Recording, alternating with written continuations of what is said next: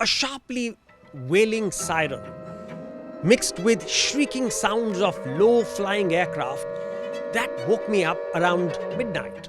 My heart, of course, was beating wildly. That's perhaps my earliest childhood memory, when Pakistan Air Force penetrated deep, flying several sorties, and flinging erratic bombs on New Delhi. Plus, Nixon and Kissinger, they almost viscerally hated Prime Minister Indira Gandhi. America ignored the genocide in East Pakistan. So, it's quite amazing, isn't it? As a 5-year-old, I got what America did in an India-Pakistan war.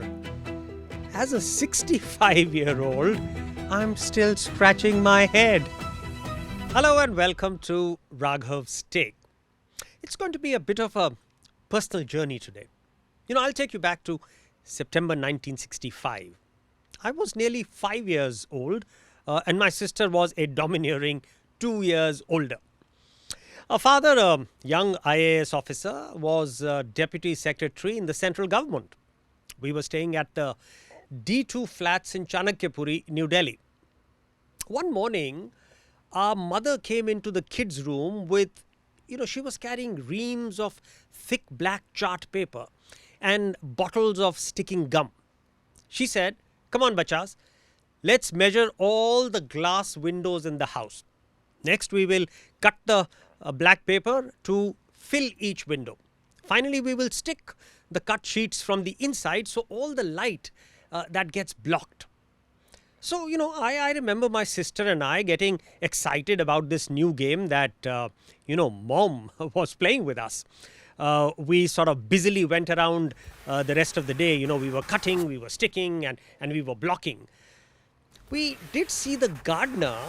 He was digging a deep pit in the lawn, but we just shrugged by that. By late evening, when Dad got home, the facade of the house was pockmarked with black squares and rectangles. Our excellent craftsmanship had blocked all household light from spilling outside. So we went to sleep. We were tired, but happy. A sharply wailing siren, mixed with shrieking sounds of low-flying aircraft, that woke me up around midnight. My heart, of course, was beating wildly. Suddenly, Dad and Mom appeared in the doorway, and they reassured us, saying everything will be all right. They then led us to the pit in the garden. We covered our ears, we knelt in the freshly dug mud, and we were crouching forward. It was dark and it was cold. And that's when Dad whispered, these are Pakistan's American F-86 Sabre jets. People say their sidewinder missiles are better than anything we have. But they are bad people. So don't worry, kids. Our MiGs and our Nats will beat them. Bad people never win. That was my father. That's perhaps my earliest childhood memory, when Pakistan Air Force penetrated deep, flying several sorties, and flinging erratic bombs on New Delhi. There wasn't much damage, but they did score a psychological victory, forcing people to take shelter in hastily built bunkers for several nights through that fateful September of 1965. I cut to my next memory. I was nearly 11 years old in 1971, when India and Pakistan, both non-nuclear powers at that time, they fought a 14-day war that ended with the liberation of Bangladesh. Now, America had intervened decisively in Pakistan's favor. President Richard Nixon and National Security Advisor Henry Kissinger, they had a soft corner for Pakistan President General Yahya Khan. Pakistan was, at that time, clandestinely facilitating Kissinger's sorties to woo communist China. India was seen as a renegade democracy. That was firmly in Soviet embrace. Plus, Nixon and Kissinger, they almost viscerally hated Prime Minister Indira Gandhi, who never flinched at their scaremongering and intimidation. She gave shelter to over 5 million refugees from East Pakistan who were fleeing the brutal violence inflicted on them by Yahya Khan's army. America ignored the genocide in East Pakistan. And that was so graphically captured in what are called the blood telegrams.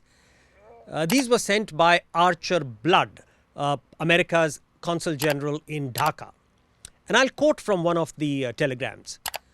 With support of the American trained and equipped military, the West Pakistani authorities have embarked on a program of selective genocide against the Bengali population. Estimates of dead vary from thousands to tens of thousands. We are mute and horrified spectators. This was a telegram that he sent on the 28th of March, 1971. Instead of heeding this advice, America pushed for a premature ceasefire resolution at United Nations. And that would have left East Pakistan in a murderous thrall. Nixon also, upped the ante by dispatching the nuclear-powered USS Enterprise to the Bay of Bengal to coerce India. But backed by the Soviet Union, Indira Gandhi continued to advance, finally getting Pakistan to surrender on 16th of December, 1971. Now I cut to my third memory. I was nearly 40 years old now in 1999. We owned CNBC TV 18. This was India's first 24-hour business news channel. Indian stock markets were humming with excitement at the impending dot-com boom. And the Sensex was at 4,500 and the rupee at about 43 to the dollar.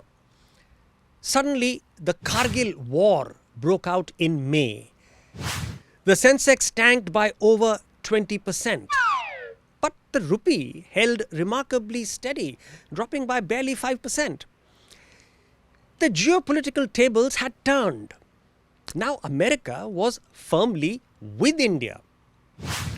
Prime Minister Nawaz Sharif of Pakistan had to make a panicky dash to meet President Bill Clinton in Washington, and that virtually backfired.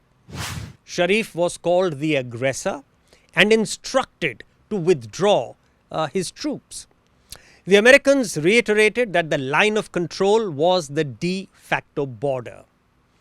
The joint statement was unambiguous.